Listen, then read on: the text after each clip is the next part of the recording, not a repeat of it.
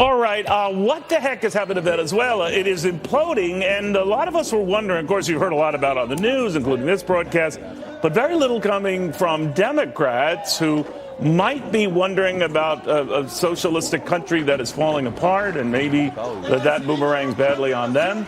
I don't know, just a thought. I wanted to raise it with former New York Republican Congresswoman Nan Hayworth, my buddy Democratic strategist Antoine Seawright, and the Wall Street Journal Jillian Melchior.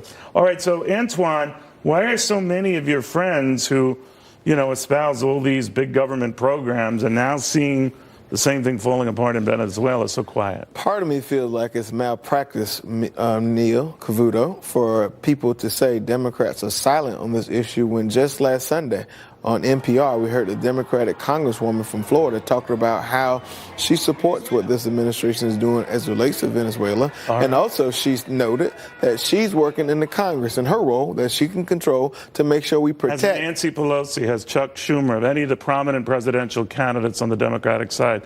Let me save it to the energy. No. Well, I think it's because they were dealing with other things like trying to make sure our government stays open, trying to negotiate, Some of them wanted to fly away from the country while that was going on. No. Do you find it a little odd that it is horrific what's going on there, and a lot of it are born of problems with a country that had more riches than you could shake a stick at, and now made promises that couldn't even keep up with that? I don't think it's about socialism, because I think Democrats and Republicans feel the same way about the urgency of this issue. I think it's more about, I think Democrats really are worried about some of the things going on here at home, and that they have more control over it. But is that a testament to you can overpromise and eventually run out of money? Yeah, well, socialists, it's no longer, in fact, a dirty word. It would submit to you among Democrats, Antoine. I don't disagree with you, Nan. To say I'm a socialist. You're but okay to say, with it. For them I'm not okay with it. I just don't disagree that it's no longer a Sunday school word. Right, no, right. All right. Well, to say, you can say I'm a socialist and get a fair hearing among Democrats. Socialists in this country, Democratic socialists, believe in enlightened authoritarianism. They believe that if they empower government, good things will happen. But we know fundamentally, look at what happened to Roger Stone over the weekend. The FBI came to his door, and all he was accused of, he's not even been convicted.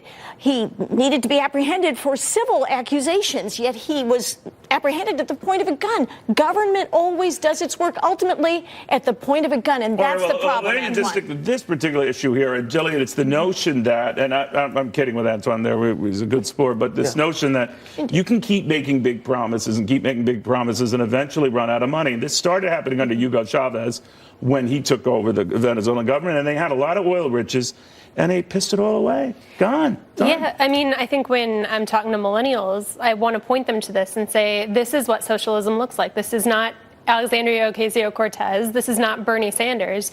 It's Venezuela. And talking to young people in Venezuela, I take Spanish lessons over Skype sometimes with Venezuelans. And I think the really shocking thing to me was hearing one of them tell me about going to the grocery store, looking at the shelves and seeing no food on the shelves, just wall and wall of salt. And I think that's what you get when you have a socialist. So I think it's a very fair question to pose. And I've been disappointed. Could that be American extreme? A lot of people are saying that. I think it's disappointing to see Bernie Sanders, AOC, rail about concern about American intervention. Look, this is a fundamental human rights issue, and I think they pretend to stand up for the marginalized and the oppressed, but this is a dictatorial government, an authoritarian government that is starved and brutalized its people, and it's important to take a stand against I love these two ladies, and I love sparring with them, but they're making the assumption that Sanders, the independent senator from Vermont, and AOC speaks for the entire Democratic Party. I think it's bad. Would you argue that's where a lot of the passion comes from?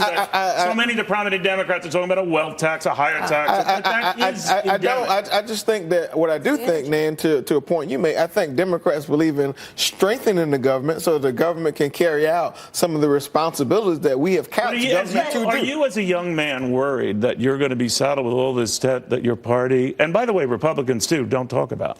I think I'm more worried about what I'm dealing with today and the issues I face. I'm telling you, tomorrow. But I'm Neil, my everyday focus is working hard so I can pay my student loans today, and I'll worry about them next month. Like I worry about today. I've learned to live one day at a time. In Venezuela, they ran out of money thinking that it wasn't a worry immediately until it was. I'm not saying it's not a long-term worry for some people, but I'm just telling telling you that we have more issues today. You know, long-term for me is lunch tomorrow. More issues today that could damage us than some of the Government has confiscatory power. We cede much power to government in order to preserve social order. The reason you have such high We're trying to look after you, Antoine. We want you okay.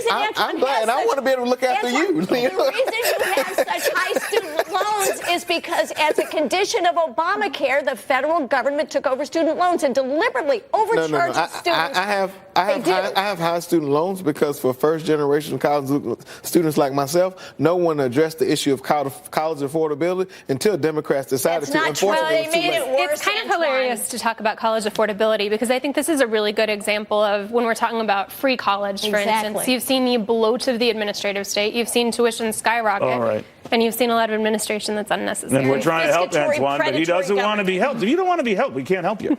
Just pray for me. That'll be better. Vote Republican. We love you. Vote Republican. Guys, thank you.